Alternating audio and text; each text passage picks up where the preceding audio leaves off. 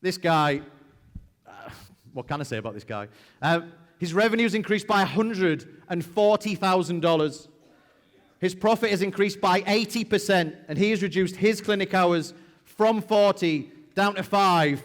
Out of Naples, Florida, make some noise for Jay! Loving every day.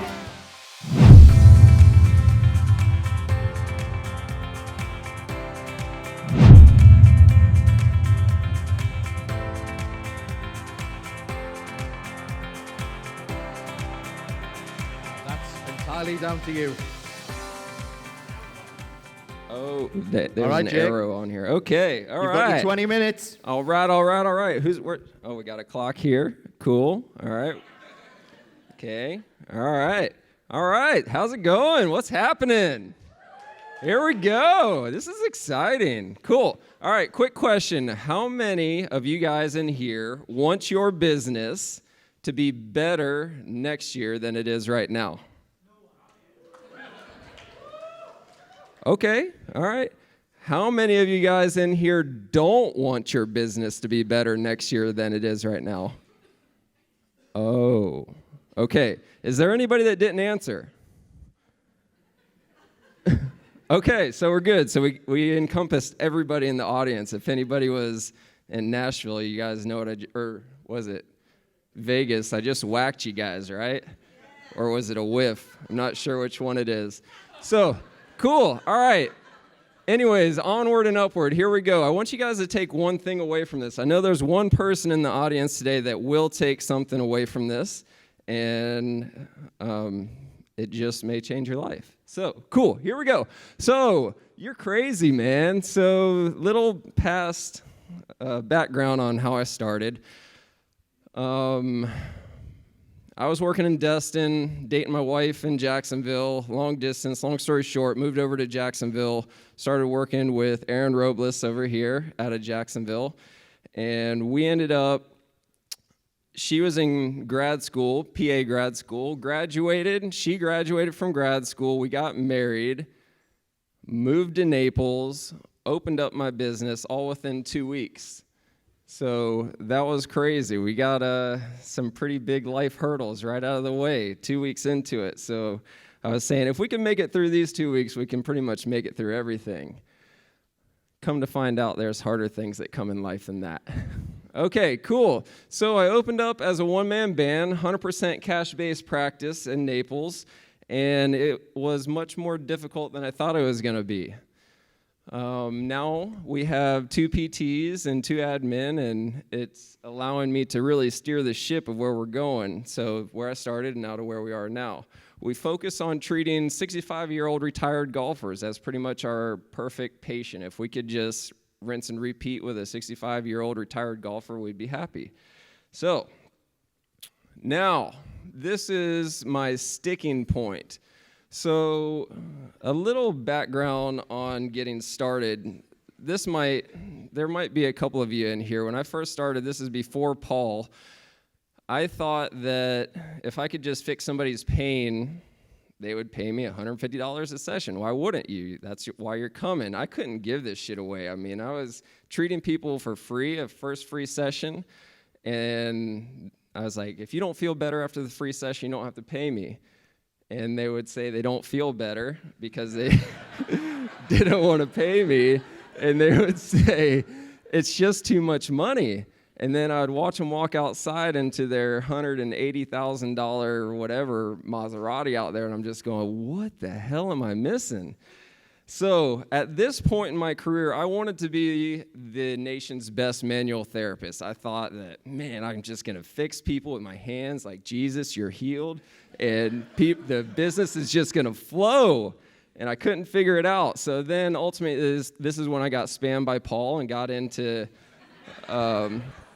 Paul's group, and I'll never forget it. We're in D.C., the first time I ever met him, and I went into this weekend wanting to be the best manual therapist in the world, and within a couple hours of hearing him talk, I was like, screw that.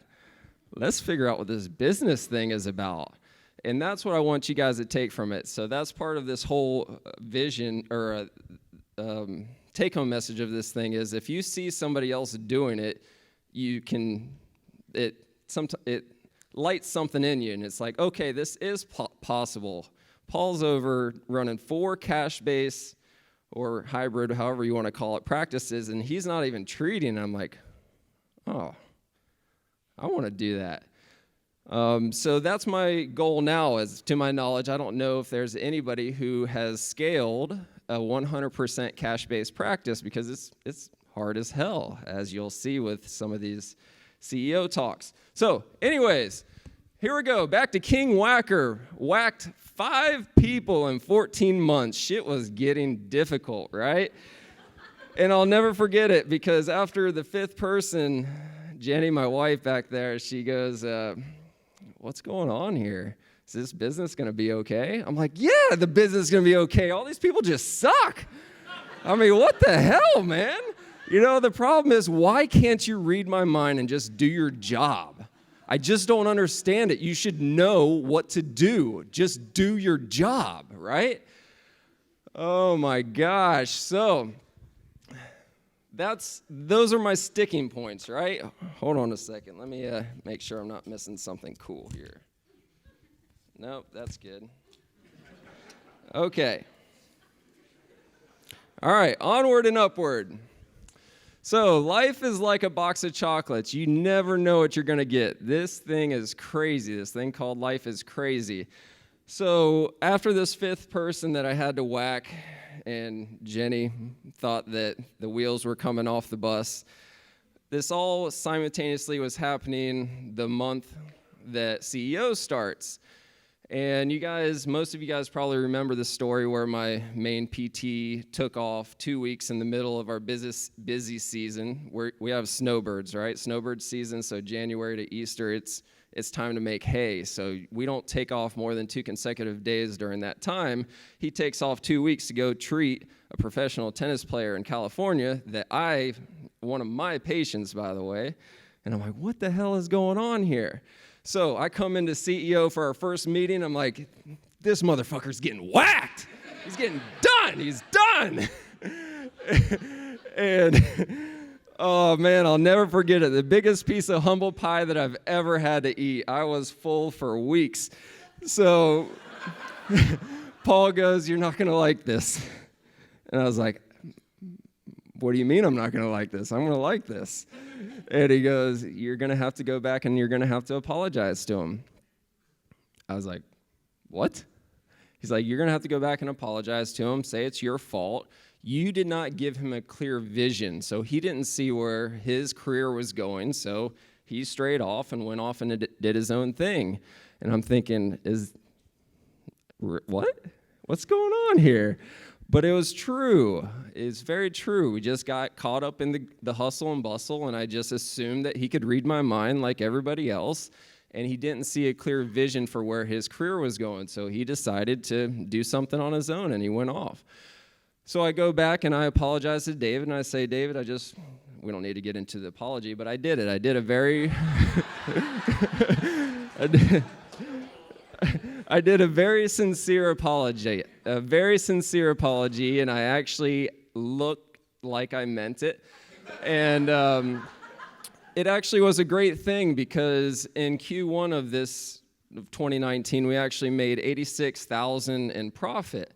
And had I done what I wanted to do, which was whack his ass, there was only 2 of us at the time. So we were treating 40 patients a week each, so that's 80 a week total, essentially. You know, at best, we would have made 41 or 42 grand in profit at best that quarter, had I done what I wanted to do, what my ego wanted to do. And that's with him taking 2 weeks off. It cost 20 grand. I did the math. Him taking those 2 weeks off cost 20 grand in loss. So it should have been 106 in profit for Q1, which actually pissed me off even more. But anyways, so that was the big turning point for me. That was when I was like, okay, I am the issue here, not everybody else. You guys are not supposed to be reading my mind. It's my job to show you the vision. It's my job to show you how you fit in that vision. And it's time for me to do some real soul searching and learning and figure out this whole communication thing. Communication. I love communication. Okay, so this same exact time is when Amber came on board. Amber is my office manager. She is a game changer. If anybody does not have an operations manager, you just got to do it.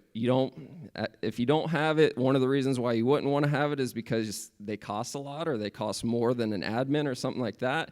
What she has done for me is invaluable. So let me see. Do I want to get into this yet? Yeah, we'll get into that here in a second. So I'll tell that story here in a minute. There's the numbers. You see those numbers. And I'm now 8 months whacking free. So that's the good news. I'm no longer King Whacker, Paul Jones. Paul Jones is now King Whacker. So we have delegated that task or that title. So here we go. Hunting, fishing, and loving every day. This is our dream, my wife and I. So the boat on the left is what Jenny wants, right? When are we getting that? Next year? Okay. No, but every year we take a 1-week hunting trip. And these past few years we've been going to Illinois hunting with one of my clients. And it's the trip that I look forward to the most because it's just me and her. We don't have any interruptions or anything. And we're, just together. There's no outside interruptions or anything. Last year, when we took this trip, is when shit hit the fan. And if you guys remember this story from last year, where it ultimately caused a downward spiral, which led to my frustration going into our first meeting of CEO. Does that make sense? Did I say that clear enough? Okay, cool. So we just got back from this trip. And the house didn't burn down. It was a great feeling. I didn't check my email one time, didn't get one SOS call, not one text or anything, because Amber is holding the fort down. She was taking care of everything. Of course, I was stressed out leaving before we left on the trip, but Amber's like, I got this. Just go take the trip. Now, asterisk. I get a text message Friday, the last Friday of our trip, from my admin, Nick, my sales guy, putting in his notice. I'm like, what the hell? What is up with these millennials texting a resignation? What is this shit? I mean, have some balls and call me. What the hell, man? So anyways, the point is, this was on Friday. I get back into the office on Monday, and Amber already had the hiring funnels going. We had over 150 applicants, and then we had 2 quality interviews by Thursday. This is 2 days ago, and we have another quality interview coming in on Monday, so we anticipate having the role filled by the end of next week at the latest. So none of this would have happened had I not had Amber. So he's leaving because he wants to go back north up to be closer to his family, not for any bad reasons, by the way. So this is good news, right? Yeah, he's not leaving me as a shitty boss or us as a shitty business. He just wanted to be closer to home again. So one thing that I do want to say, let me see if it's on this slide or the next one. Yeah, so it's this one. So one thing that being part of this group, being around all you guys and being part of CEO has done is I've had this 10-year goal to be hunting, fishing, and loving every day where that first day that I was with Paul, I was like, this is actually possible. We can get out and we can do this. I don't have to be treating patients every single day. We can actually run a business where patients are being treated and we can actually live this dream. So I told Jenny, we're going to get this boat. And she's like, oh, yeah, sure. Yeah, I bet. Because if anybody knows anything about boats, this is a pretty expensive boat, but this is one thing that we both love equally. So I love hunting. Jenny likes hunting.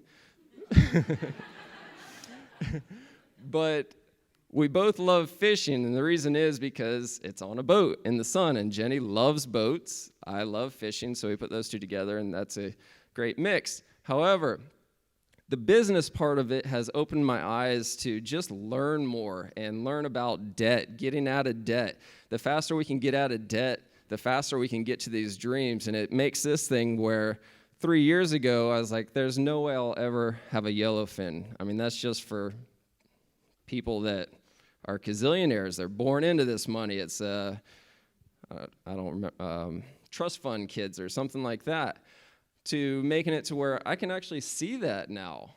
I can see it. It's this vision where it's attainable. Within 10 years at the most, I'm going to have that boat. And that's something that I can see, and that feels good that I can actually say that with confidence and that it will happen. So, onward and upward. Vision, what do we want? For our short-term goals, for my current location, I want to have 3 admin, 3 PTs, and a miscellaneous. The miscellaneous is for K-Vest or whatever. We haven't really figured that out yet. So, I'm actually, after the last CEO meeting, doing a little pivot to where we're going to be starting a golf performance academy, to where the focus is not on pain anymore, because we have a lot of golfers, retired golfers, with a shit ton of money that just spend money like it's going out of style on golf. So we said, okay, instead of trying to market back pain limiting your golf, why don't we market to people's egos and say, I don't really care about your pain so much, let's get your handicap down a little bit. What would your life be like if we decreased your handicap by 5 strokes? So anyways, we're going to create a 3-month golf performance academy where ultimately physical therapy is the lead generator to golf performance. So stand by and we'll see how that goes. And our first satellite location, I said earlier that to my knowledge, nobody has scaled a 100% cash-based practice, because it's hard as hell dealing with employees and making sure everything flows the way it should. Actually, Kevin Vandy, one of the guys in our other group, or in our CEO group, is actually planning on opening up his first satellite location, so I think that he might be officially the first person to scale a 100% cash-based practice, which kind of pisses me off. But anyways, I'm very happy for him, and but that's my goal, is to, within the next 18 months at the most, have our first satellite location and start scaling this thing and start helping more people. So this picture on the right, has anybody ever seen this before? Right? This is on my screensaver. I actually put this on my screensaver on my phone that weekend that I was with Paul up in D.C. This is a true story, okay? And wrapping everything up, communication. Just because you said it and they heard it doesn't mean they interpret it how you wanted it to be meant. That's the biggest thing I'm taking away from this whole leadership thing, is you got to be able to communicate in a way that people actually understand and comprehend the thing that you're trying to get them to understand. Because if you're not, it doesn't matter. Talking Swahili, right? So it's even worse if you don't say it at all. Why can't you read my damn mind, right? Because you didn't say anything, right? I shouldn't have to read your mind. Got to say what you want. So invest in your people is your biggest thing. Paul says it all day long, breakfast, lunch, and dinner. If you don't invest in your people, you got nothing. Cool. I think that's about it. Cool. Thank you.